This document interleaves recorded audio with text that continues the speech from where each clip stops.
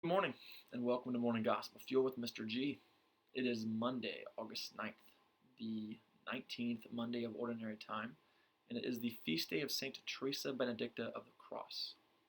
And she is a saint, of course, and a virgin and martyr of the church, so she was put to death for her faith whenever she wasn't Catholic at first. In fact, she was a German Jewish philosopher known as Edith Stein. In fact, I've learned and read a lot about Edith Stein from my philosophy professors at the seminary. Um, so she had a huge impact on philosophy. But her pre-converted name was Edith Stein, but now she underwent a conversion to Catholicism, where she became a Carmelite nun. Um, and then that is whenever she took the name as Saint Teresa Benedicta of the Cross. And then she was eventually killed, like I said, for her faith.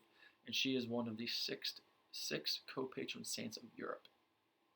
So, anyway, today's gospel is from Matthew chapter 17, verses 22 through 27. Let's begin in the name of the Father, Son, and Holy Spirit. Amen. As they were gathering in Galilee, Jesus said to them, "The Son of Man is to be handed over to men, and they will kill him, and he will be raised on the third day." And they were overwhelmed with grief.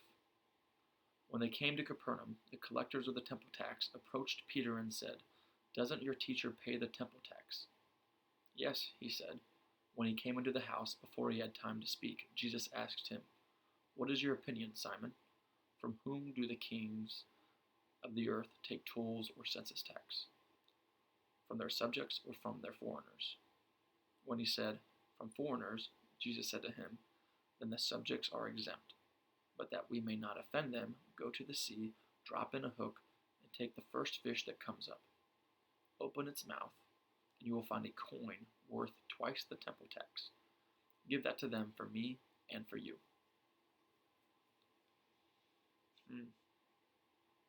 That's quite interesting. I kind of never really paid much attention to this gospel, if I'm being honest. But early on we have the second prediction of the Passion, and then it says that they were overwhelmed with grief of Jesus saying, "Hey, I'm going to be killed and put to death." This leader that the disciples are following day after day after day and day after day, falling more in love with him every single day, tells them that they're going to be put to death. So they're stricken with grief. And then it goes into, here in Matthew's Gospel, the payment of the temple tax, which I think is quite interesting. Asking if Jesus himself pays taxes, and Peter, and the faith followers. And Jesus says yes. Even though Christians are called not to put their focus on the world, but they are in the world, and so we are obligated to pay our taxes. And you kind of see this conversation going on between Peter and Jesus, and it says, and I think it's interesting that he says, we'll have to pay them to make sure we don't offend them.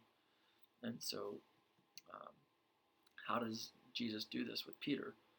And it says he tells them to go to the sea, drop in a hook, and take the first fish that comes up, and then inside that fish, the mouth of the fish, that will be a coin worth twice the temple tax, and then use that to go pay my tax and your tax, which I think is very interesting. And because why does Jesus? First of all, just crazy to think of this, of Jesus telling Peter to do this. Pull up a fish, and then there's going to be a coin inside the fish's mouth. Can you imagine if Jesus told you that? If he told me that, I'm like, you're crazy, dude. But Peter did it, and then he told him to go pay. It was worth double than what Peter needed for himself, and Jesus wanted to pay his too. So he's like, that's why it's twice as much, which is quite interesting. Of why didn't Jesus choose to find a coin that was worth 13 times as much to pay for both Jesus and the 12 disciples? I find that quite interesting, and it also just shows and kind of clarifies of Jesus' deep and close relationship with Peter. Because it gave that tax to pay for only Jesus and Peter, which is why, of course, the Catholic Church recognizes Peter as the first pope of the church up until modern day Pope Francis. And so I think that's quite interesting. And it's just yet another example of Peter and his importance for the foundation of the church. Um, but then all that, you can see Peter, might have been concerned about the taxes, and not having money because he doesn't have a job anymore. He's following Jesus. And so Jesus takes care of him. And I think that's the challenge for today.